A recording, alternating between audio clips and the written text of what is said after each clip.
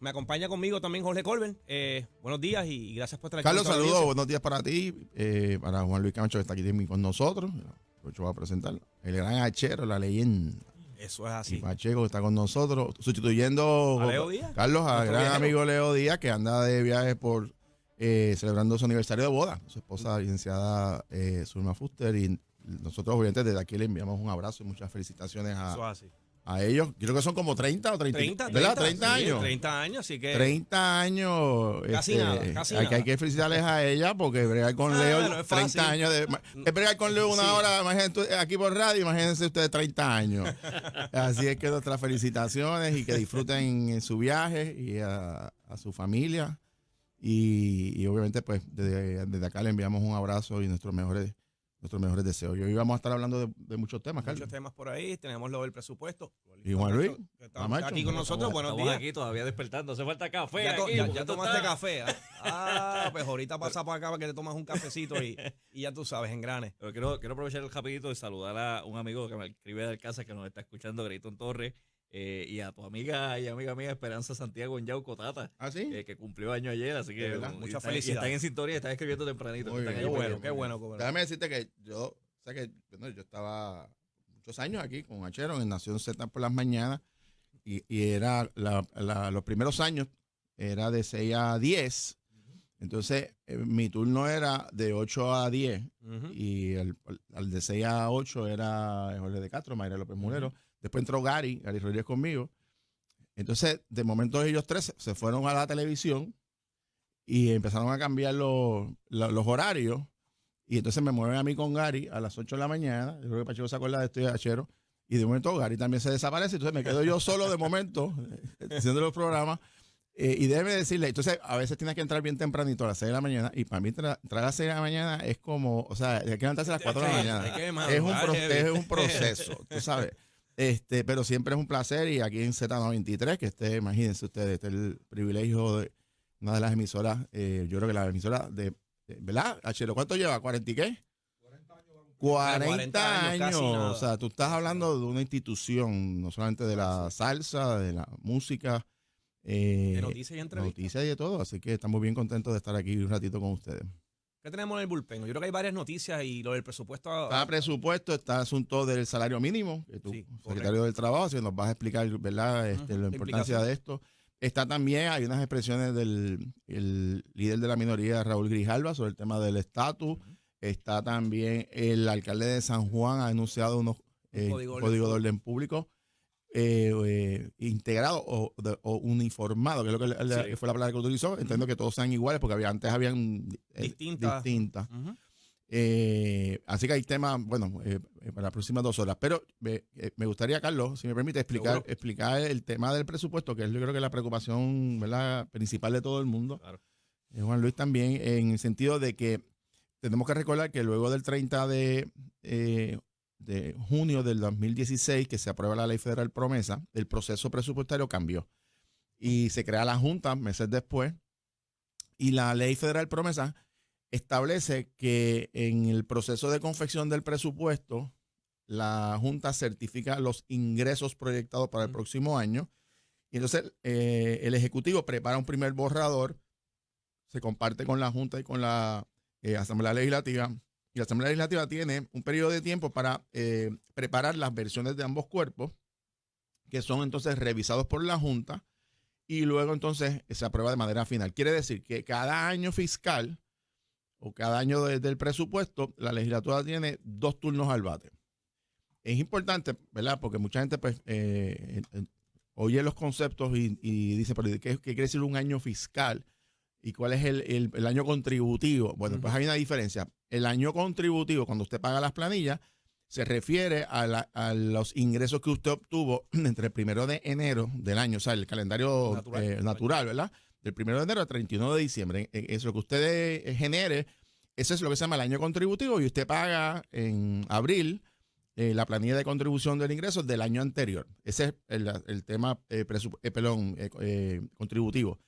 Ahora, el año fiscal, que es el presupuesto de operación del gobierno, inicia el 1 de julio hasta el 30 de junio de cada año. Quiere decir que hoy es 29, Quiere decir que mañana a las 12 de la noche o 11:59 termina el año fiscal 22-23 y el 1 de julio, que sería el sábado, comenzaría el nuevo año fiscal del gobierno, el nuevo presupuesto del 1 de julio, este sábado, hasta el 30 del mes de junio del 2024, del año que viene. Bueno, y aprovechando esa coyuntura, me gustaría que explicaras que quizás la gente no entiende cómo funcionaba un presupuesto antes de la Junta y después de la Junta, porque entiendo que ahora, obviamente bajo la ley promesa, pues no es simplemente que la Cámara aprueba un presupuesto, sino que hay un trámite adicional que hay que hacer con la Junta. Correcto.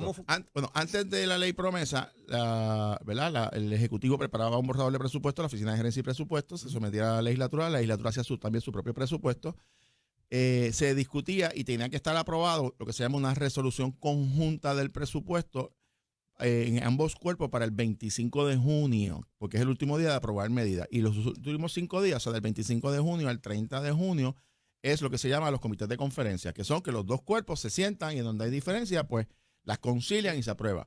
Tienen que estar ambos cuerpos ya firmando lo que se llama el informe de conferencia y aprobarse antes del 30 de junio a las 12 de la noche para que se apruebe, ¿verdad? Y pueda empezar el 1 de julio y es el nuevo presupuesto. Por disposición constitucional en Puerto Rico, y esto es bien importante porque poca gente sabe esto, a diferencia, por ejemplo, de Estados Unidos o de otros países, en Puerto Rico, si llegara el 30 de junio mañana y no se aprobara un presupuesto, por disposición constitucional, el presupuesto vigente, el que está corriendo de este año, se queda vigente. Quiere decir que no se cierran las operaciones del gobierno. Eso es una protección a los servicios al país, servicios esenciales. En Estados Unidos, por ejemplo, que lleva creo que ya 12 años sin aprobar un presupuesto, tienen que estar extendiendo el vigente porque no se han puesto de acuerdo. Y allí, cuando no se ponen de acuerdo en la extensión, cierra el gobierno. Correcto. Ha cerrado en dos instancias en los últimos, yo creo que como 15 años.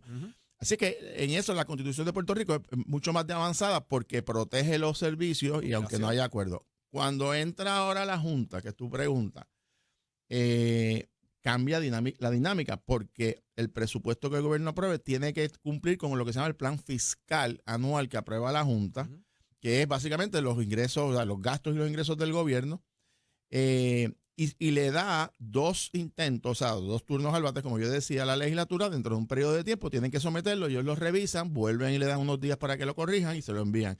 Si la Junta no está satisfecha, puede imponer su presupuesto y comenzaría el 1 de julio, así que eso ha ocurrido. Y si se ponen de acuerdo y la Junta certifica el presupuesto del gobierno, pues se certificó y se aprobó y comienza y no ha habido problema. O sea que Puerto Rico desde el 2016 que empezó la Junta, realmente ha tenido presupuesto todos los años. En algunas ocasiones ha sido con el aval legislativo, en otros años la Junta ha establecido que el que aprobó la Asamblea Legislativa a su entender no es el que cumple con el fiscal e imponen entonces su presupuesto. ¿Dónde estamos hoy? Es la pregunta. Bueno, pues se supone que la legislatura había acordado con la Junta de Supervisión Fiscal que para el 3 de junio la Cámara tenía que aprobar su primera versión de presupuesto y para el 14 de junio el Senado. La Cámara lo aprobó el día 3 y el Senado lo aprobó el día 13. Así que ambos cuerpos cumplieron en esa parte. Se envía entonces el primer borrador. Pero la Junta inicialmente, como hay 2 versiones, la Junta usualmente no hace opiniones consultivas. Es decir, no te dice, mire, yo tengo esta partida, ¿me la acepta o no me la acepta? Ellos te dicen, no, envíame el presupuesto, yo lo veo completo y después te contesto.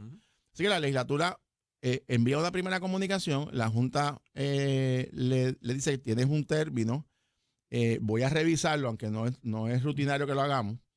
Y le contesta a la legislatura y le dice que hay unas partidas que no va a aceptar, otras que sí, y le da hasta noche, 28 de junio, a las 7 de la noche para hacer los cambios. Que entre ellos creo que había algo de la Universidad de Puerto Rico. Hay un aumento de $102 millones a la Universidad de Puerto Rico, que lo que ha pedido el señor presidente de la universidad, el doctor Luis Ferrao, que son buenísimas noticias para la universidad, pero hubo otras partidas que eliminaron. Por ejemplo, se eliminaron partidas para SER de Puerto Rico, se eliminaron partidas para el Centro Solisolina Ferré, se eliminaron partidas en corrección, en salud, en educación, en múltiples agencias medulares.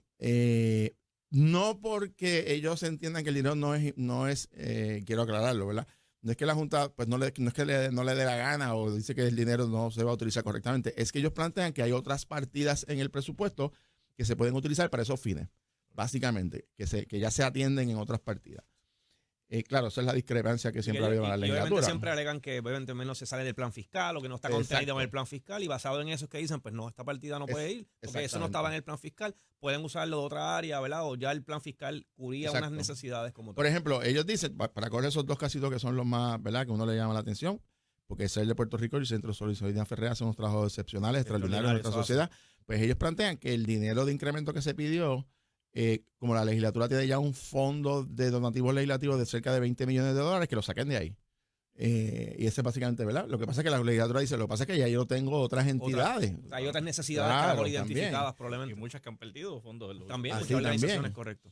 Bueno, pues resulta que anoche, se supone que la Cámara y el Senado enviaran el presupuesto final, este es el segundo turno del debate, a las 7 de la noche. Pero ¿qué sucede? Que cuando se prepara el informe, que es bastante extenso, estamos hablando de varias cientos de páginas, la Junta llama y dice, un momento que tengo que incluir otros lenguajes adicionales. La propia Junta le dice a la legislatura, aguanten porque hemos verificado y hay que hacer unos ajustes en lenguaje y en partida. Lenguaje es lo que dice el texto y la partida, pues los números. Así que tienen que hacer una leve revisión de cuadres. Pero ¿qué sucede? Cuando envían la información a la legislatura, se dan dos sucesos. Uno, que no eran 2 o 3, eran múltiples páginas. Y segundo, que no lo envían en un formato. O sea, básicamente era como decir, para que la gente me entienda, en vez de enviarlo en Word, por ejemplo, que tú lo puedes coger el texto y moverlo a otro documento, puedes manipular mejor, ellos lo enviaron como si fuera una fotografía. Como en PDF o algo que no puedes cambiar, tienes que volver a hacerlo. Tienes que volver a pasarlo. Wow. Y cuando son múltiples páginas, ellos estimaron que le iba a tomar alrededor de 6 horas. Okay. Por lo tanto, le notifican a la Junta diciendo, Junta, por los cambios que usted nos ha enviado, nos vamos a pasar de la hora que habíamos acordado de las 7 de la noche. Y además hay que entonces ahora volver de nuevo a revisar los legisladores de todos los partidos, es lo propio. Y por eso es que anoche no se vota y se acuerda votar hoy a las 2 de la tarde. Hoy a las 2 entonces hoy a las 2 debe esa votación. Correcto. Y me informó hace unos minutos mi querido amigo y presidente de la Comisión de Hacienda, don Jesús Santa, a quien le envío un abrazo, uno de los mejores legisladores que tenemos, que me informó el presidente de la Comisión de Hacienda que la Junta entonces extendió el término hasta hoy en la tarde para atender esa situación y que entonces... pues una vez se apruebe de manera final, pues estarían en condición. La pregunta ahora, Carlos y Juan Luis, ahí los dejo para que ustedes arranquen el análisis, si van a estar los votos, porque hay partidas, por ejemplo, hay una partida de $10 millones que era para los médicos residentes en ciencias médicas, que habría pedido el doctor Vargas Vidal, con mucha razón, que la Junta eliminó. Es para promover precisamente que esos residentes continúen aquí en Puerto Rico y utilicen a Puerto Rico como opción versus otros lugares. Correcto. Entonces, por ejemplo, como eso fue una petición del senador Vargas Vidal, hay que ver ahora si él mantiene su voto o no, porque eso se aprobó exactamente con 14 votos. Hay otra partida, Carlos y Juan Luis, y esto yo creo que va a ser medio controversial y medio explosivo, digo yo, y es que hay unas partidas, lo que se llama bajo custodia de la Oficina de Gerencia y Presupuesto, donde la Junta hizo recortes y hay una lista como de 7 fondos que estaban en ese grupo. Dentro de esos fondos donde hay recortes, aparentemente hay fondos que iban a estar destinados al plan de clasificación de los empleados de la rama judicial. Eso va a ser eso es un tostón porque se le había dicho a la legislatura que estaban los fondos aprobados para los jueces y para los empleados de la rama judicial. Y ahora resulta que aparentemente no fue como se le dijo a la legislatura, sino que el plan de clasificación que sometió la rama judicial aparentemente no está aprobado el 100% de lo que pidieron. Wow. Y ahora entonces abre la posibilidad de que entonces otros legisladores tomen reservas con asunto del aumento del salario de los jueces, porque si no se le va a hacer justicia al resto de los empleados de la rama judicial. Es otro tostón. Pues tenemos varios asuntos sobre la mesa. Varios temas y yo lo que ¿verdad? Obviamente hay que esperar a la versión final esta tarde, pero no hay duda que ¿verdad? Los ojos del país tienen que estar mirando en esto porque la legislatura va a hacer un esfuerzo por tratar de mantener sus partidas y la Junta me imagino que hará resistencia y al fin y al cabo, bueno, si no se ponen de acuerdo, pues la Junta impondrá un presupuesto entre hoy y mañana. Pero si todo sigue como va y las partidas son las que se han discutido, y la legislatura lo aprueba, pues se mantendría la versión de la Asamblea Legislativa, que sería entonces, y esa es la otra pregunta, si es el tercer presupuesto balanceado y consecutivo que exige la ley promesa o no. Eso Para salir de la Junta, ¿verdad? para salir de la Junta.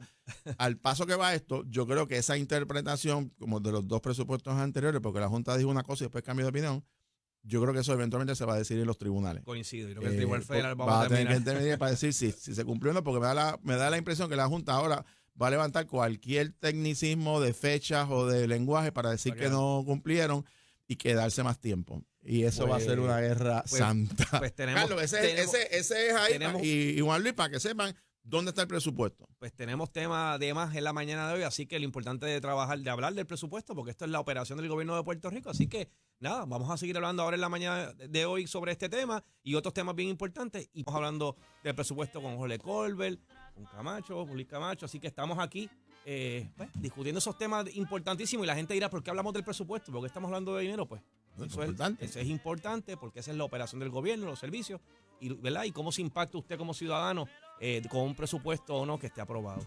Y habías dejado en el tintero unos asuntos que se estaban discutiendo precisamente del presupuesto, que es como, no quiero llamarle el tranque, pero que hay que darle, ¿verdad? Hay que darle importancia. Hablaste de los médicos residentes, hay un proyecto también sometido en consideración sobre esto para que puedan quedarse en Puerto Rico.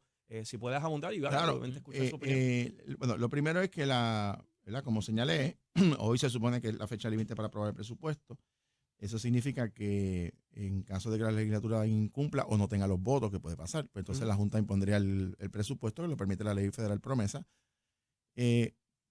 Lo bueno de la, ¿verdad? O sea, lo que la gente debe tener la tranquilidad es que va a haber un presupuesto. Y eso es importante, que no se, aquí en Puerto Rico no hay cierre, no se afectan servicios, no se paraliza. La operación no se va a afectar. No, y va a haber controversia, y pues, como siempre, ¿verdad? Pero no es que se cierran las agencias como ocurre en el gobierno federal y en muchos países del mundo que no tienen esta cláusula constitucional. Así que va a haber un presupuesto entre hoy y mañana, indudablemente. Por otro lado, ahí hay unas partidas que la Junta rechazó y otras que aceptó. De las que aceptó, la más importante, indudablemente, son $102 millones a la Universidad de Puerto Rico. La Universidad de Puerto Rico tiene un presupuesto base de gobierno de 500 millones, que fue lo que se aprobó en el plan de ajuste de deuda en octubre del 2021. Y tienen unas necesidades particulares, no solamente en temas administrativos, de acreditaciones y demás, y solicitaron un incremento. De hecho, el Senado solicitó 118 millones y la Junta aprobó 102. Hay un pequeño recorte de 16 millones, pero eso son extraordinarias noticias. Y sé que el presidente de la universidad, el doctor Luis Ferrer, como decía, pues ha estado, y la rectora Ángela Varela, luchando por esa asignación. Un cuadro positivo dentro de la extraordinario, es buenísimo para la universidad. Por supuesto, quisiéramos invertir más dinero, ¿verdad? Pero esa es una realidad. Y al menos la universidad va a poder cumplir con todas sus obligaciones, las acreditaciones y lo que es importante. Y ha sido duro para el gobernador, para los presidentes de los cuerpos, convencer a la Junta que entiendan el rol que hace la IUPI en Puerto Rico, porque muchos de estos miembros de la Junta de Supervisión Fiscal, digo, salvo uno o dos, uno que es puertorriqueño y otros que han vivido aquí, pero la mayoría ven el concepto de la universidad muy parecido a Estados Unidos, donde no hay un sistema así, y lo ven más como si esto fuera algo que debe de privatizarse, y esa visión, ¿verdad? Y en Puerto Rico, pues es muy distinto. La Universidad de Puerto Rico es, yo diría, la institución de mayor transformación social desde 1903. Y es precisamente la oportunidad de que el hijo del rico, del pobre, esté en igualdad de condiciones para estudiar, particularmente los hijos de los trabajadores y los empleados, que era el propósito original de la Universidad de Puerto Rico. Y quizás ahora, pues casualmente, pues hay más universidades, Correcto. hay más acceso a universidades, pero en el momento que se funda obviamente la Universidad de Puerto Rico no había tanta variedad de universidades, eran muy pocas las oportunidades, así que precisamente por eso es la Universidad del Estado, para, ¿verdad?, promover esa educación accesible a todas las personas. Y Juan Luis, que es el más joven de nosotros tres, no por mucho, Carlos. Está cerquita. Estamos ahí todos, somos parte de los millennials. Pero Juan Luis sabe que en los jóvenes, la dinámica de la Universidad de Puerto Rico, las instituciones académicas privadas que también hay, la importancia de las oportunidades educativas son fundamentales en cualquier planificación de un país, ¿verdad? Y ahorita vamos a hablar del salario mínimo y de desarrollo económico. y la universidad ejerce un rol fundamental. Y ha costado trabajo convencer a la Junta de que la UPI, en la visión de política pública del gobierno de Puerto Rico, hay que invertir dinero. Esto no es un gasto, es una inversión. Es una inversión. Y eso lo han entendido. Y tú traes un punto de que estos miembros de la Junta, y vamos, a veces son hasta los asesores. Los miembros de la Junta yo pienso que no están ahí todo el día pensando en por dónde fastidio el pueblo de Puerto Rico, porque hay asesores aquí que tienen sus ideas y ven estos temas como negocios. Y el pueblo de Puerto Rico, en su forma de ser, ¿verdad? Su trascendencia histórica, brega este tema de la Yupi como una cuestión social. Y eso choca mucho. Yo recuerdo los miembros de la Junta anterior, participé en algunas reuniones con ellos y tenían ese choque, porque no entendían la importancia social de ciertas agencias, de ciertos programas, de entidades como la Universidad de Puerto Rico. Y esa diferencia, pues, causa mucho José. Yo no creo que hayan grandes tranques en temas como la Universidad de Puerto Rico. Lo que pasa es que también la Universidad de Puerto Rico tiene que transformar, ¿sabes? Yo vengo de una familia que participa mucho en temas universitarios, y la Universidad de Puerto Rico ha transformado, por ejemplo, los métodos de admisión y de programa y de atraer estudiantes, porque lo ha necesitado, porque ha bajado la matrícula. Uh-huh. Pero también tiene que buscar la manera de facilitar esos programas. Hoy en día, una universidad privada, pues, tú haces un curso rápido por internet de distintas, ¿verdad? La matrícula hace hasta por más internet. Más cómodo, de noche, tú sabes, los fines de semana. Y la Universidad de Puerto Rico se ha quedado un poquito atrás. Y yo creo que debemos asignarle todo lo que podamos. Claro que sí. Pero también necesitamos ver cambios que sean atractivos a los estudiantes, que sean atractivos a la empresa privada, para decir, mira, yo quiero ayudar a la Universidad de Puerto Rico, que es un laboratorio ¿verdad? Para desarrollar profesionales. Uh-huh. Y eso. Y tratar de, ¿verdad? Yo no creo que sea bajar requisitos, que eso es algo que también la gente confunde. A veces dice, no, pues vamos a bajarle requisitos para que entren más. No. Yo creo que hay que mantener un estándar bueno, pero tiene que ser atractivo a las nuevas realidades de la empleomanía, de lo que va a salir los jóvenes a trabajar luego. Yo creo que, Juan, coincido. Pienso que tiene que ser competitivo. La palabra es que tiene que ser competitivo a nivel del resto de las universidades, tanto en el currículo, en el equipo, sobre todo, que tenga equipo actualizado, que tenga equipo, ¿verdad?, moderno, para precisamente que tenga no solamente sea una guía de estudios, sino que tenga una práctica, que cuando el estudiante vaya allí sepa precisamente que se va a afrontar en el mundo laboral. Y tengo que entrelazar esto con el desarrollo económico, ¿verdad? Todos los países en el mundo que han alcanzado un desarrollo económico alto, ¿verdad?, o óptimo, han invertido precisamente en capacitar, en educar, en que sus ciudadanos tengan una educación, tengan una formación académica que le permita echar hacia adelante, conseguir trabajo, y sobre todo tenemos que alinear entonces las necesidades que tiene Puerto Rico de trabajo y de empleo con los currículos de enseñanza, porque tampoco podemos seguir con currículos de enseñanza que al final del día van a terminar o en la fila de desempleo, o a veces, como ocurre, se nos van precisamente de Puerto Rico porque esas oportunidades de empleo no las tenemos. Así que ciertamente coincido que la Universidad de Puerto Rico es un pilar en Puerto Rico para el desarrollo económico y de alguna manera echar hacia adelante toda la economía en Puerto Rico. Oye, hablando de desarrollo económico, Carlos, y me gustaría preguntarte, fuiste secretario del Trabajo y Juan Luis también, que ha estado por muchos años en el proceso legislativo. Comienza yo creo que esta es la segunda o tercera fase del aumento del salario mínimo. La segunda fase del aumento del salario mínimo. Yo digo, tú sabes, cuando yo repartí periódico, y hace unos cuantos añitos, Chero, tú estabas ya aquí, ya llevabas como 20 años aquí. Ya. Mira, por cierto, el Día Nacional de la Salsa, que cumple 40 años, Z93 cumple 45, ¿verdad, Chero? Sí. Esa es la... 45 años. Casi nada. Casi nada, imagínate tú. Sí, pues si no me equivoco fue en el año 1978. Así ahora vamos a celebrar el 40 aniversario. Wow. ¿Cuántos salseros tú has entrevistado, Chero? ¿Cuántos? Bueno, no sabría decirte así como tal cuánto. Pero muchísimo, ¿verdad? Mucho, ¿verdad? Sí. ¿A cuál es el más que recuerdas así con mucho? Tú me contaste hace unos años cuando yo estaba acá con Frankie Ruiz, que estuviste, ha estado bueno, he tenido aquí artistas de todo el calibre a nivel mundial, internacional. Pero ¿cuál entrevista así o compartir recuerdas durante tantos años que llevas aquí? Bueno, te diría que es un poquito difícil. Lo que pasa es que han pasado desde el comienzo de la radio. Yo comencé en el año 1978 a la edad como de algunos 17 para 18, en el año 1978, yo empecé en la radio. Pues de ahí de la radio para aquí para abajo, yo cogí un montón de entrevistas por ahí para abajo. Wow. Qué Decirte experiencia. que me acuerde así, pregunta, por ejemplo, que yo le haya hecho al artista o algo que pueda recordar en este momento, es un poquito difícil porque ha sido tantas las preguntas que le ha hecho distintos artistas que... Bueno, pero te difícil. pregunto porque cuando empezó el Día Nacional de la Salsa, Ajá. hace 40 años, yo era un niño y estaba, bueno, un niño casi adolescente, Yo repartí periódicos pero también. repartía periódicos y el salario mínimo, que era lo que quería ir, en aquel momento era $2.10. Wow. Y 2.10, yo 2 me pesos, pagaron 10 2.10, centavos. 2.10, Y te digo, o sea, ahora, ¿cuánto es el aumento que empieza ahora? Bueno, el sábado? ahora estaba de 8.50, ahora empieza el 1 de julio a 9.50 la hora y es importante destacar, Colbert, que precisamente este aumento de salario mínimo normalmente en Puerto Rico los aumentos de salario mínimo se daba porque a nivel federal se aumentaba y por consiguiente se aumentaba el salario mínimo. Así que este aumento es un aumento que se da por legislación local. A nivel estatal de Puerto Rico hace una legislación que en ese sentido estamos por encima del salario mínimo federal. Pregunto, Carlos, antes de pasar a Juan Luis. ¿Eso significa que es altamente probable que el ingreso per cápita en Puerto Rico siga incrementando? Correcto.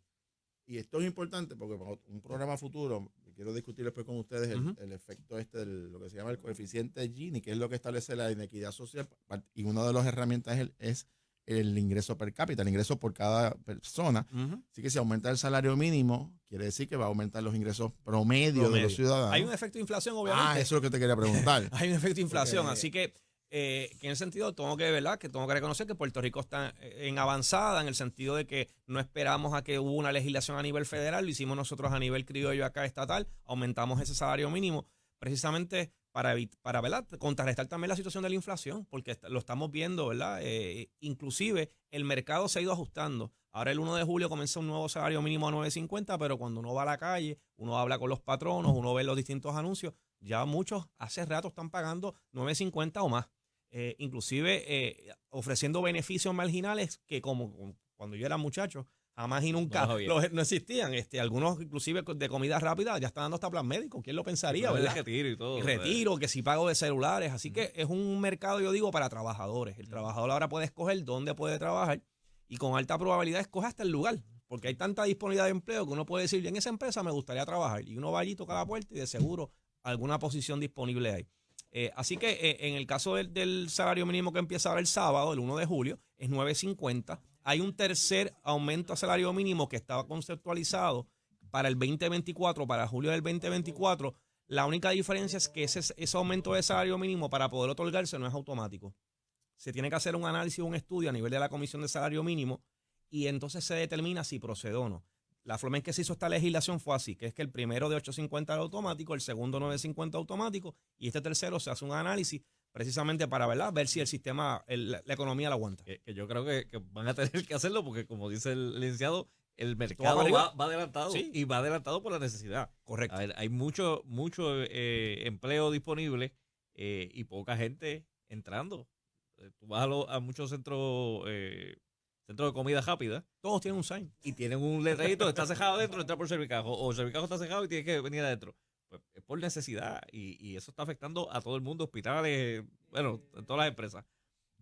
Así que yo creo que vamos a tener que acelerar el paso en este tema para hacerlos competitivos y atractivos. ¿Cuál es la controversia, Carlos? Que nos puedas explicar, licenciado, que con los meseros que tienen una situación particular que cobran, creo que menos del salario mínimo, ellos han pedido porque tienen propina y demás. Entonces, sí, aún en este cambio, porque creo que estaba leyendo anoche, en Puerto Rico hay cerca de 47,000 meseros que son parte de la fuerza laboral, una cantidad enorme que trabajan en restaurantes, etcétera, etcétera, en fast food y demás.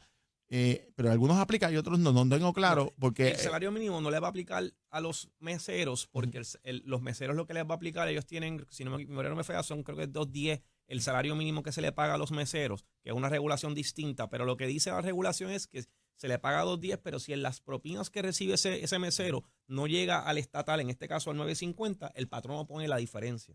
Normalmente con las propinas, siempre el mesero tiende a rebasar o sobrepasar ese salario mínimo. Pero si no llegara, como quiera el patrono tiene que pagarlo. ¿Y cómo se hace eso en la práctica? O sea, que al final del día, porque digo, si no le dan propina a un mesero, sí. sume que el mesero entonces tiene que sacar la propiedad y contarlo con su jefe. O sea, eso es medio complicado eso, porque hay sitios que ponen las propinas en un... Eso iba un las pote. comparten. Correcto. O sea, ¿cómo se hace esa discreción? Hay distintas metodologías, hay algunos que hacen un pote, usualmente se hacen como algún tipo de normativa interna. Es importante que las propinas deben distribuirse entre las personas que generan algún tipo de servicio. Por ejemplo, los dishwashers, los lavaplatos, pues por ejemplo, como ellos no dan un servicio al comensal, pues ellos ¿verdad? No tienen por qué recibir esa propina. Pero le aplicaría entonces el salario mínimo. A ellos les aplica el salario mínimo. Pero tiene que haber una normativa interna. El llamado siempre a este tipo de empleados es que si ve que la propina no le está llegando o no, ¿verdad? O no le están igualando al salario mínimo estatal, si no llega con las propinas, obviamente le haga la reclamación al patrono y pudiese ir al Departamento del Trabajo porque el patrono tiene el deber de pagarle esa diferencia. Y la Comisión de Salario Mínimo, se supone que, ¿verdad? Como parte de también la ley que se creó, ellos establezcan un salario mínimo exclusivamente para los meseros. Y eso entiendo que al momento no se ha hecho, pero ellos tienen que hacer un estudio, la Comisión de Salario Mínimo, para indicar entonces si es apropiado o no subirlo. ¿Y no será momento de hacer fijo esa propina? En algunos estados tú vas, en algunos países, y automáticamente ya te incluye el tip, el 15%, 20%. Aquí en Puerto Rico he visto patronos recientemente que ya no te permiten incluso que tú lo pongas, que le digas, mira, llévate la tarjeta y ponle el 15, ponle el 18. No, ahora le exigen que no, ponlo tú manual porque hay problemas con los patronos y eso. ¿No será momento de añadirle eso a la legislación y vamos, o sea, la inflación continúa, ellos siguen rezagados, aunque como tú dices, la gran mayoría sobrepasan ese salario mínimo? Yo sé de meseros se meten buenos billetes. Y yo trabajé de mesero en un tiempo y eran buenos chavitos. Pero ¿no será quizás el momento de añadir eso en legislación, de que ya sea automático y podamos hacerle justicia, ¿verdad? De que esté seguro allí. Ciertamente se puede discutir, ¿verdad? Si es viable o no. Es importante también mencionar que por lo menos como está conceptualizado ahora, aunque en la práctica sea de otra manera, es que se supone que esa propina es para precisamente gratificar ese buen servicio que da ese mesero, por eso es discrecional, ¿verdad? El comensal no está obligado a dar una propina, simplemente se da la propina porque recibe un buen servicio. Aquí sabemos que a veces pues uno ya la da por costumbre, es el servicio bueno o malo, pero realmente como está conceptualizado es para premiar el buen servicio. Así que tenemos que ver qué es lo que queremos hacer como pueblo, si queremos de alguna manera propiciar un buen servicio o no, darlo fijo y olvidarnos de esa parte del servicio. Así que todo eso yo creo que está sobre la mesa, tenemos que discutirlo, pero por lo menos Carlos Rivera en su carácter personal yo creo que debemos en Puerto Rico comenzar a incentivar el servicio, tanto porque eso incide en el desarrollo económico de que vengan turistas, pasen aquí un momento, ¿verdad?, placentero, quieran regresar a Puerto Rico. En el servicio público lo considero igual. Yo creo que el servicio tiene que mejorar y tenemos que a nuestros empleados públicos incentivar dar un mejor servicio. No es darle un bono por darle un bono a todo el mundo por igual, porque de lo contrario, pues el servicio no va a mejorar. ¿Cuánta gente tú crees que se estima que pueden recibir o reciben más salario mínimo en promedio y que pudiesen a partir de este sábado tener un aumento? Yo no tengo un dato a la mano, pero yo sí tendría que decir que es muy poco lo que está ahora mismo, debe estar a salario mínimo por el efecto del mercado, de la inflación. Para que tenga una idea, ¿verdad? Y no quiero decir nombres de compañías particulares, sé de una tienda bastante grande que se compra el por mayor, donde, por ejemplo, ahora ellos están como a 10.50 o a 11.50, simplemente sin ningún tipo de preparación. Así que en ese sentido ha aumentado considerablemente. O sea que nadie va a estar menos los meseros. ¿Cuánto más estarían por debajo del salario mínimo? Deberán ser muy pocos, y yo auguro que aquel patrono que menos pague o esté por debajo del salario mínimo va a tener problemas de reclutamiento, va a tener problemas de retención y no va a poder operar porque el trabajador se le va a ir. Así que tienen que ponerse las pilas y pagar bien. Así que nada, eso es yo creo que es lo importante sobre eso. Ahora llega el café, pero ya estamos despertando. El café ahí, ponte pálido. Ya hemos llegado al mediodía. Pero morena y prietito. Muy bien. Pero nada, aquí estamos listos para continuar contigo el diálogo de los temas importantes del país, junto a Lachero y Pacheco y los amigos de Nación Z. Eso es importante. Y estábamos hablando, la pasada hora, básicamente, hemos estado hablando sobre lo que tiene que ver con el presupuesto, lo importante de tener un presupuesto aprobado. Colbert, que estuvo con nosotros en la mañana, también estuvo indicando de que en el caso de Puerto Rico, a pesar de que no haya un presupuesto aprobado, no se afecta la operabilidad porque hay unas medidas ya a nivel constitucional que se tienen que precisamente previniendo esta situación de que, ¿verdad?, no se apruebe un presupuesto, no va a afectar la operabilidad porque se quedaría vigente el presupuesto que está corriendo.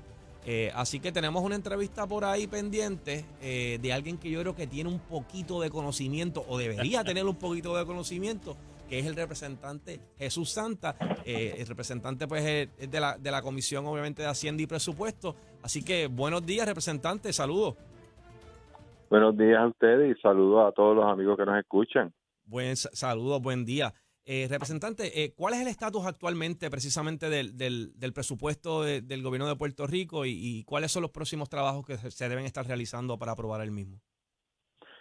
Pues mira, la realidad es que, y dando un poquito de historia, en el día de ayer ya prácticamente para someter el presupuesto a ser aprobado tanto por Cámara y Senado, lo habíamos firmado los presidentes de comité de conferencia, que en este caso fue el compañero y amigo presidente del Senado, José Luis Amado, este servidor. Se le envía ese presupuesto con los últimos cambios a la Junta de Supervisión Fiscal. La Junta nos contesta de que ellos quisieran incluir otros cambios adicionales. A eso le decimos, bueno, pues envíamelo lo antes posible, ¿no? Y cuando los envían, aunque los cambios son más técnicos que otra cosa o menores dentro del presupuesto, son muchos. Y entonces se les pide, mira, si queremos hacer esto rápido, necesito que me envíes un documento para poder transferir esos cambios tuyos al programa, ¿verdad? El documento que tenemos de resolución de presupuesto y poder agilizar esto. Cuando nos envían el documento, es un documento en Excel, pero cuyo contenido está como si fuera una foto. Y entonces le pedimos, mira, yo necesito transferir esa información que me estás dando, que está en como si fuera protegida. Representante, y para las personas que nos escuchan, que quizás no conocen cuán voluminoso no puede ser un presupuesto, no estamos hablando de 5 paginitas, estamos hablando de un documento extenso. Creo que habían 194, para tener más específico. Y de hecho, se le pide que se hiciera esa transferencia de ese dato a Word. Obviamente nosotros hicimos el intento por casi 2 horas y el grupo de la Junta lo hizo y no lo lograron. Y pues la consecuencia es que tenemos que hacer esos cambios, como quien dice, manualmente y ante un documento que no solamente tú tienes que poner el cambio, tú tienes que verificar todos los cálculos de subtotales, totales, ese tipo de cosas. Es un proceso que te topa no menos de 6 a 8 horas. Así que es la Junta la que recomienda darnos el tiempo para hacer los cambios, que estos últimos cambios son solicitados por ellos para entonces poderlo aprobar el presupuesto durante el día de hoy en la tarde. Y así se acordó. ¿Qué debemos esperar, verdad? ¿O qué el pueblo puede esperar de ese nuevo presupuesto para efectos de la operación o la operabilidad del gobierno de Puerto Rico? Pues mira, yo creo que es un buen presupuesto y yo creo que la rama legislativa logró muchas cosas. Y vamos a empezar con la Universidad de Puerto Rico. Cuando recibimos el presupuesto, la Universidad de Puerto Rico iba a recibir $500 millones. Hoy, si se aprueba el presupuesto que vamos a presentar, va a recibir 102 millones más. O sea, llega a los 602 millones, que es el presupuesto más alto que ha tenido la Universidad de Puerto Rico durante los últimos 5 o 6 años. O sea, yo creo que eso es un gran logro. Hay una aportación adicional a los municipios, en este caso enfocada a los municipios que tienen la condición fiscal más crítica. Y hay 30 millones con una flexibilidad de uso de otros 66 millones de dólares que estarían disponibles a los municipios para manejar su situación fiscal. Sí, que eso es importante, que se ha mencionado públicamente, ¿verdad? Algunos municipios que están en unas condiciones económicas quizás no, ¿verdad? No están muy sólidas y que necesitan algún tipo de asistencia, así que se prevé que en este presupuesto pueda haber algún tipo de alivio para los municipios.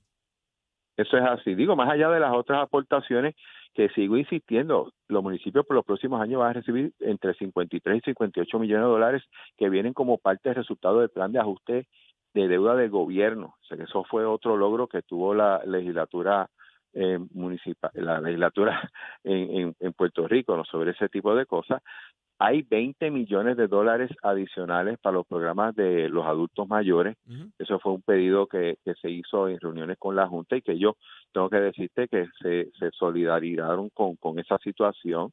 Hay unas partidas que el Senado incluyó sobre el proyecto Casa y otros proyectos que tienen que ver con los 10 puntos de política pública que incluyó el Senado cuando se aprobó el plan de ajuste de deuda. O sea, yo creo que se ha logrado mucho. Si la pregunta es, ¿lograron todo lo que ustedes querían? Tengo que decirte que no, pero yo creo que logramos la mayoría de las cosas y en una negociación con la Junta, que quiero recordar, ¿verdad?, que en el pasado no pasaba y literalmente se aprobaba lo que la Junta le diera la gana. En este momento, o aún con todas las dificultades y los retos que uno tiene en esto, no solamente este servidor, quiero reconocer la labor que hace el compañero y amigo Juan Zaragoza y su grupo técnico de la Comisión de Hacienda del Senado. Hemos tratado de hacer, pues mira, me siento satisfecho, y yo me imagino que Juan también, de que al final del día tenemos un mejor presupuesto presentado del que recibimos. Yo creo que ese es el mayor logro de la legislatura. O sea, que para efectos de todas las personas que nos escuchan, ya debemos, Dios mediante, en la tarde de hoy debe trabajarse lo que resta del presupuesto y debería haber, ¿verdad? En el día de hoy debería estar aprobándose el mismo sin mayor controversia. Esperamos que sí, por lo menos la mayoría del Partido Popular está on board en esto. El PNP ha pedido verlo como tal, y yo creo que tienen derecho a ello, ¿no? Pero yo esperaría que no hubiera mayor controversia. Okay. Y con respecto, ¿verdad? Sabemos que es final de sesión legislativa, sé que siempre, ¿verdad?, hay medidas o, ¿verdad?, algún tipo de proyectos que están pendientes también para aprobación. Algunas medidas que, ¿verdad?, de importancia también o relevancia que estén ahora mismo pendientes y que deban estar aprobándose también. Bueno, hay varias medidas que están en comité de conferencia, de las que recuerdo, yo sé que hay una que tiene que ver con eximir de una contribución sobre ingreso a un pago retroactivo a los empleados civiles de la policía. Correcto. Que no debería tener problemas. Entiendo que hay otro que tiene que ver con la protección que se le da a los estudiantes residentes de medicina. Sí, ese último de los estudiantes de medicina, públicamente se ha hablado mucho de él y sé que están esperando esa medida pueda aprobarse. Preliminarmente entiende que haya algún tipo de controversia o al momento hay la disponibilidad de que se pueda aprobar ese proyecto. La controversia que yo he oído, sabe que estoy más enfocado en presupuesto, sí, lo sé. Que yo había oído y que me había dicho el presidente de la Universidad de Puerto Rico, es que en esencia no tienen problema con la medida, la verdad que solamente, según el lenguaje que estaba, solamente iba a incluir las entidades privadas. Y si se va a hacer ese beneficio o esa protección a esos estudiantes, ¿verdad?, residentes, deberían de ser a todos. Si eso es así, yo entiendo que no va a haber problema de que se modifique el lenguaje y que se pueda aprobar. Representante, volviendo brevemente al tema del presupuesto, en la cuestión del lenguaje que envió la Junta, no hay mayores tranques. O sea, la cuestión era una cosa procesal de pasar ese documento, o crees que puede haber alguna controversia entre las delegaciones por esos lenguajes que se añaden. Bueno, cuando nos enviaron las enmiendas que quería la Junta, que también incluyeron algunas enmiendas en el lenguaje y las vimos, yo no vi, como dicen por ahí, nada tóxico a ello. Eso sí, Cámara está incluyendo un lenguaje que lo que está proveyendo es que el uso de los 66 millones de dólares a los municipios, que es un dinero que realmente no es de este presupuesto, es un dinero que no has utilizado en presupuestos pasados, se haga más flexible su uso en acción e intención. Quiero recordar de que la intención de Cámara es esa, dado que ese presupuesto ha estado disponible a los municipios por los últimos 3 años, pero no lo han utilizado. Y una de las quejas que tienen los municipios es que los requisitos para utilizarlo son muy onerosos. Por darte un ejemplo, un municipio que tiene una situación fiscal crítica, se le hace difícil, por ejemplo, implementar un programa X y después pedir un reembolso, ¿sabes? Que es lo mismo que pasa con los fondos federales, ¿no? Y en ese sentido, y es un lenguaje, es un poco flexibilizando esos requisitos para que puedan ser utilizados. Entiendo que un sector del PNP tenía cierta reserva con eso. Yo realmente no entiendo por qué, pero yo creo que del lenguaje lo único que pudiera crear alguna situación sería esa, y te digo con toda sinceridad, yo no veo el por qué, no entiendo cuál es la objeción, a menos que sea que ellos quieren utilizar ese dinero para otra cosa. O sea, la realidad es que no sé, porque me plantearon esa inquietud y yo, de hecho, con el mismo amigo Blanco, ¿no?, que es el director de GP, le decía, mira, pero que yo no entiendo tu inquietud, realmente no la entiendo.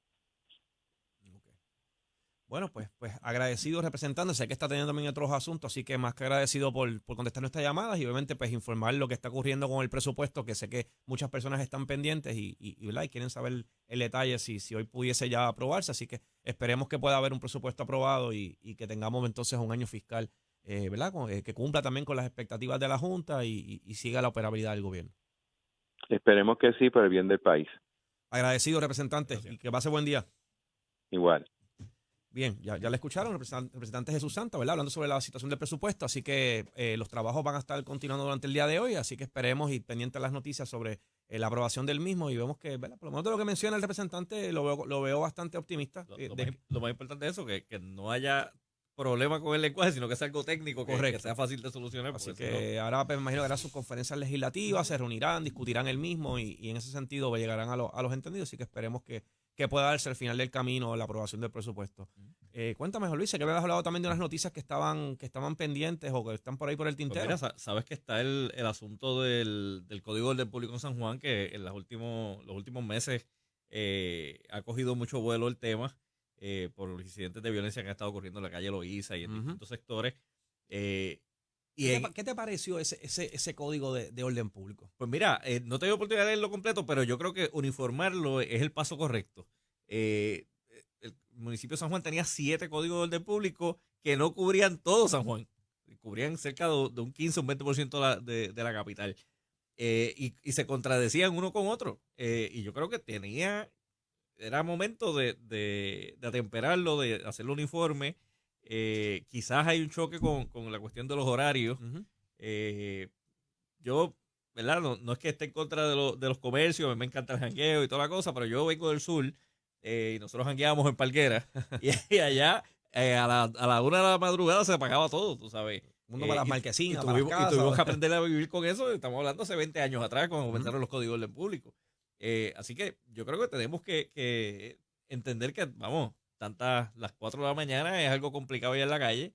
El crimen no se va a detener porque pongan un código de orden público, pero a la medida que todos nos acomodemos a esos horarios mira, si quieres seguir hasta más tardecito, pues te vas al hotel que está hasta las 7 de la mañana. Ahora, San Juan tiene mucha área, mucho comercio que son 24 horas y que se llenan y todo esto tampoco puedes privarlos a ellos. Así que mi exhortación es a los comerciantes y al ciudadano, participe de las vistas públicas en la legislatura municipal. A veces la gente se olvida de eso.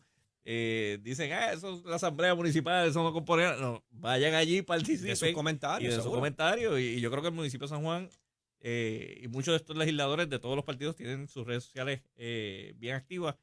Comenten de su opinión porque algo hay que hacer. Y yo creo que uniformarlo es el paso correcto. La cuestión del horario, pues vamos a ver cómo se trabaja y tratar de sacar lo mejor para estar tranquilos en este país. Pues esta mañana estaba aquí casualmente en Nación Z el alcalde de San Juan, el honorable Miguel Romero, estuvo hablando precisamente del Código de Orden Público y si mi memoria no me falla, estaba mencionando que el código era de viernes a domingo hasta las 2 de la madrugada, 2 de la mañana para efectos de la venta de bebidas alcohólicas, la parte de restaurantes o de comida, ¿verdad? El código no va a regular eso. Y de igual manera, si las personas iban luego de ese horario a una gasolinera o a algún lugar, lo que va a estar únicamente prohibido es la compra de bebidas alcohólicas, no lo demás. Y el resto de los días, de domingo a jueves, hasta la 1 de la madrugada o 1 de la mañana, creo que los lunes, si era feriado, lo iban a extender entonces hasta las 2 de la mañana. Y coincido contigo, yo creo que la ciudadanía debe participar, debe dar los comentarios. Como todo, hay personas a favor y en contra. Hay ciudadanos que dicen, pero ¿por qué yo me tengo que cohibir de consumir o disfrutar? Porque un grupo de personas no se sepa comportar. Así que yo creo que es algo también para hacer una introspección como pueblo. Tenemos que también pensar un poquito tenemos que mejorar la forma de modularnos, de comportarnos a nivel como ciudadanos. Porque tampoco la alternativa puede ser, y ahí, ¿verdad? Lo tengo que decir, que es que le pongamos un policía a cada persona o que cerremos los comercios a las 12 de la noche porque no nos sepamos comportar y nos pasamos de las copas y nos ponemos problemáticos o a pelear o lo que fuere. Así que yo creo que es algo también que es de responsabilidad ciudadana. El gobierno no puede hacerlo todo y es imposible que podamos en ese sentido ceder también los derechos que uno tiene como ciudadano porque un sector reducido está asesinando, está matando, pero vamos a atacar a esas personas. Vamos, y antes los asesinatos eran de madrugada. Hoy en día estamos del día. En horas tempranas. Yo recuerdo allá en Yauco hace algunos años, a las 6 de la tarde, yo comprando para panadería, un tiroteo al frente. Tú sabes, pues no es encerrar al ciudadano. Yo creo que tenemos que ser más eficientes en la vigilancia, en la prevención y orientar mejor a los ciudadanos. Coincido totalmente. Así que nada, pendientes a esas vistas públicas que se van a dar en la legislatura municipal de San Juan y mire, vaya, aporte sus comentarios y esperemos que se haga un mejor, ¿verdad? El mejor código aprobado con los comentarios de nuestros ciudadanos. Así que nada, vamos a... Bueno, y estamos aquí de vuelta, ¿verdad? Aquí en Nación Z nuevamente y igual hay varias noticias todavía que nos quedan en el tintero. Vi por ahí algo de una farmacéutica, creo que en el área de Cagua, Aurobindo, si no me equivoco es el nombre. Si puedes hablar, ¿qué ocurrió ahí? Vi que hay una noticia que trascendió públicamente. Aurobindo llegó a Puerto Rico hace cerca de un año y compró otra farmacéutica que estaba allí en el área de Cagua y ahora dentro de su plan de expansión pues tiene que remodelar facilidades y está despidiendo según ellos temporalmente cerca de 300 empleados y proyectan crear 500 plazas adicionales a finales del año próximo. O sea, que es un tipo de remodelación, algún tipo de compra de equipo para habilitar el área. Exacto. Quieren ampliar su espacio, tienen que hacer unas demoliciones y ¿verdad? Prometen que van a regresar a estos empleos. Dios permita, ¿verdad? Que así sea. Pero crearía empleos adicionales. Y qué bueno que hayan farmacéuticas, en este caso la farmacéutica de la India que se establece aquí en Puerto Rico, que no sean todas como está pasando recientemente, que están saliendo, sino Sí. que estén llegando ofertas nuevas. Pero es preocupante, aunque la noticia plantea que se le van a estar dando las indemnizaciones, ¿verdad?, correspondientes en ley a estos empleados, que hayan garantías, ¿verdad?, de que van a regresar en su gran mayoría. Porque estamos en un momento difícil en la economía del país y en el área de Cagua se ha perdido mucho empleo en farmacéuticas en los últimos años, pero ¿verdad?, con la promesa de Aurobindo pues se esperan que el año próximo vuelvan.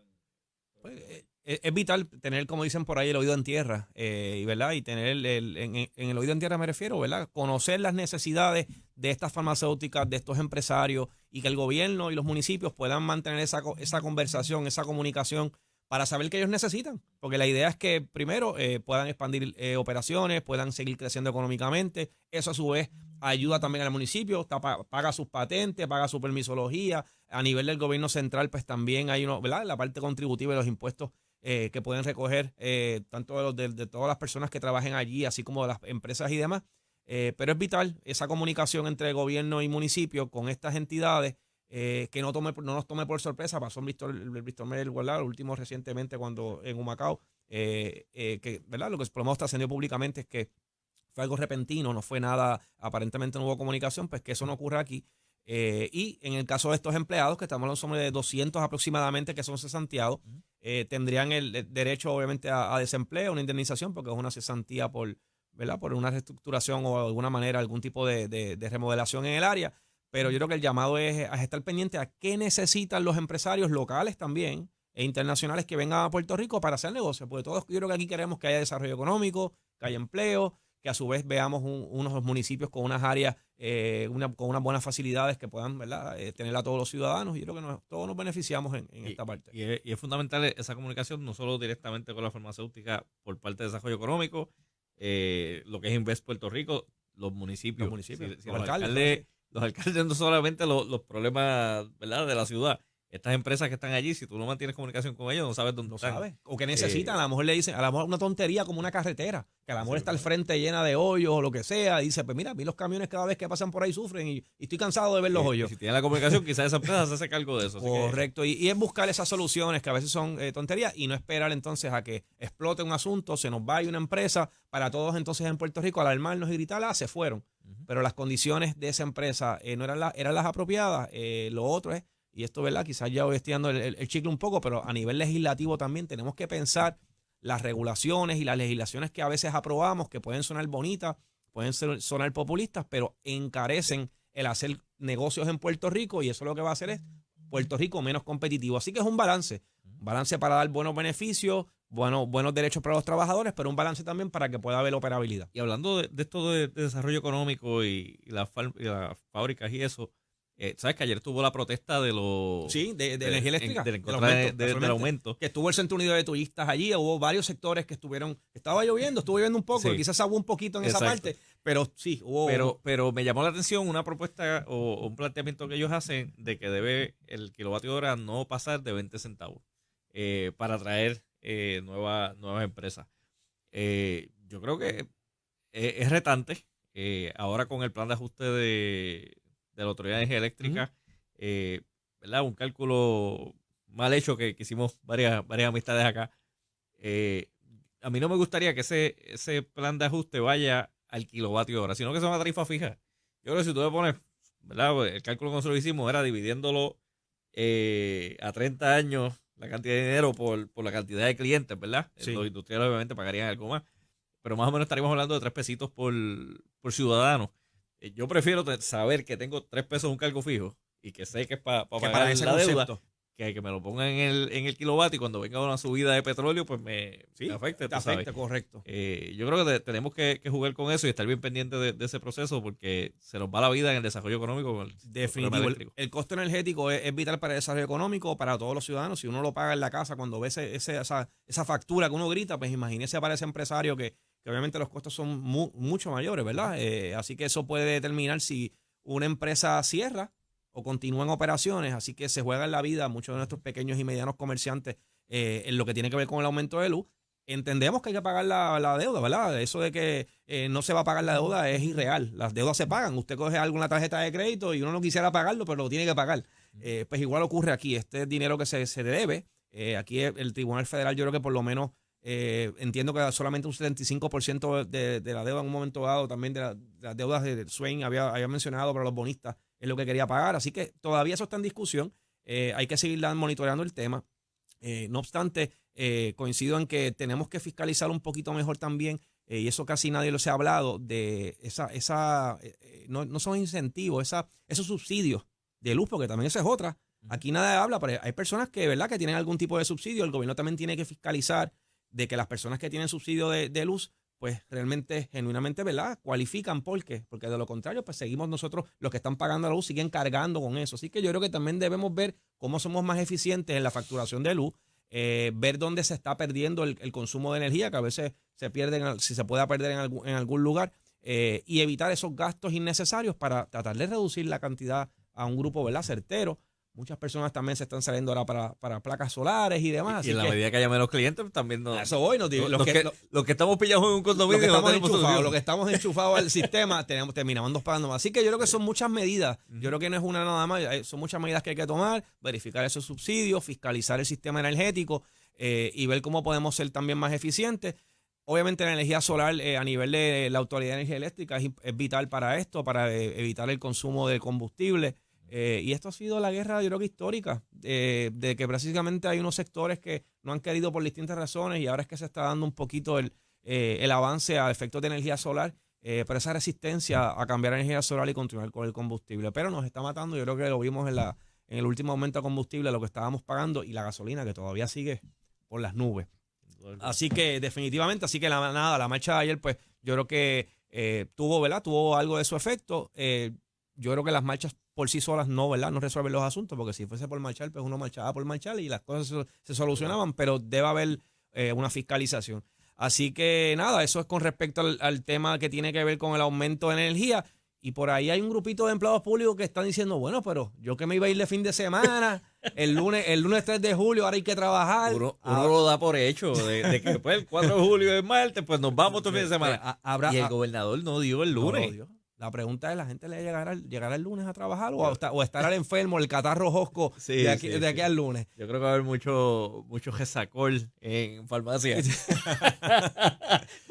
buscando sobrevivir de fin de semana, y yo creo que la gente no va a llegar en la gran mayoría. Y ahora hago la contraparte, ¿verdad? Hay quienes también abogan y dicen, mire, pero es que el gobierno está para dar servicio, no está para estar cerrando cada vez, porque aquí es el Día Internacional de tal cosa, el día de otra cosa, y aquí todo es baile, botella y baraja, y siempre hay un día libre, ¿verdad? Y no hay servicios al pueblo, así que pues esa es la contraparte, ¿verdad? Hay personas que piensan así. Yo creo que el empleado público tiene que mejorar un poco la parte del servicio, maximizar, pero también la parte hay muchas cosas que yo creo que ya por el internet han comenzado a avanzar. Traigo a hablar a grosso modo lo que es, por ejemplo, transportación de obras públicas. Ya uno puede sacar ciertas cosas por internet, no tiene que ir a la colecturía, en Hacienda virtual. Así que yo creo que hacia eso nos estamos moviendo también. Automatizar algunos servicios que se puedan dar, evitar esas filas y ese proceso manual que todavía nos gusta a 2 o 3 de ir allí, que el funcionario le llene y le ponga el ponche allí frente al mostrador. Pero tenemos que ir empezando a movernos a eso. Así que vamos a ver qué pasa con los empleados públicos el lunes. Así que aquellos que tienen el plan de irse de viaje o irse de playa, pues mire, va a tener que a las 4:30 cuando salga el lunes, con neverita en mano, salga para la playa y pues se disfruta del lunes para martes. El que compró pasajes pensando, no, es que eso lo van a dar por hecho, olvídate de eso. Y ahora te encuentras que tienes que ir el lunes, está complicado. Va a estar complicado, pero nada, eso es parte. ¿Qué tú crees, Gachero? ¿La gente va a ir el lunes? ¿Tú crees que la gente va a llegar allá a Yo trabajar? lo dudo. Está difícil, ¿verdad? Está difícil. Pero para el dolor de garganta hay unas cosas bien buenas naturales que tú no... Lo que pasa es que siempre uno formula una excusa. Sí, siempre hay algo, ¿verdad? Una Pero no me carraspera. prendió. Siempre hay una excusa bonita para eso. Y No es que es un fin de semana largo también, no sé entonces- por qué se pusieron con eso. entonces, acaban de decir que va a estar caluroso, o sea, que va a ser sol. O sea, hoy está lloviendo porque hay una vaguada, una onda pasando, pero lo que dice el tiempo es que el fin de semana va a ser de sol y playa. Así que, pues, veremos a ver cuánto terminan en el Esperemos sol que y los playa. sueños de cada persona se le logre. Pero nada, pues básicamente, ¿verdad? Yo creo que hemos tenido varios temas. No sé si es algo más, Juan Luis, que tú quieras añadir. Bueno, nada. Esto es una notita al calce Ujú. que me llamó la atención. Ustedes saben que luego del terremoto del 2020, el Museo de Arte de Ponce ha estado cerrado y ¿verdad? En remodelación.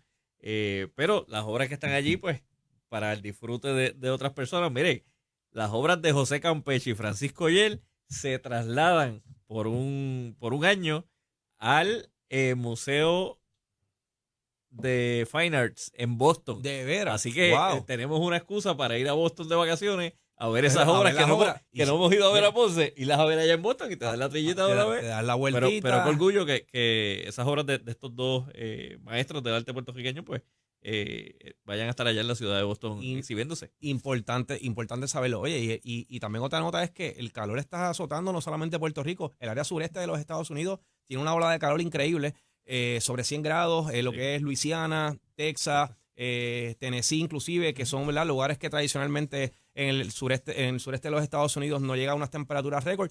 Hay personas inclusive que ya han fallecido por la situación de la ola de calor, así que pues no es nada más del Caribe. Yo creo que el calentamiento global cada vez se hace más latente. Esto es algo serio que hay que atender y nos está afectando a todos. Gracias a Así Dios que, aquí en Puerto Rico vi a la doctora Conte de Ciencias Forenses hablando de la ola de calor y dice que al momento no se ha detectado ningún fallecimiento por ola de calor en Puerto Rico. Sí, en los Estados Unidos ha estado ocurriendo. sí, correcto. Así que, California también está pasando por la situación. Manténgase hidratados, manténgase en lo mejor cómodo posible. Mucha hidratación, Sí, ¿verdad, Chero? Mucha hidratación. Achero se hidrata muy bien, dile a Achero, ¿eh? Achero siempre está hidratado. Ahí está, ¿ves? Ahí está. ya está ready para el 4 de julio.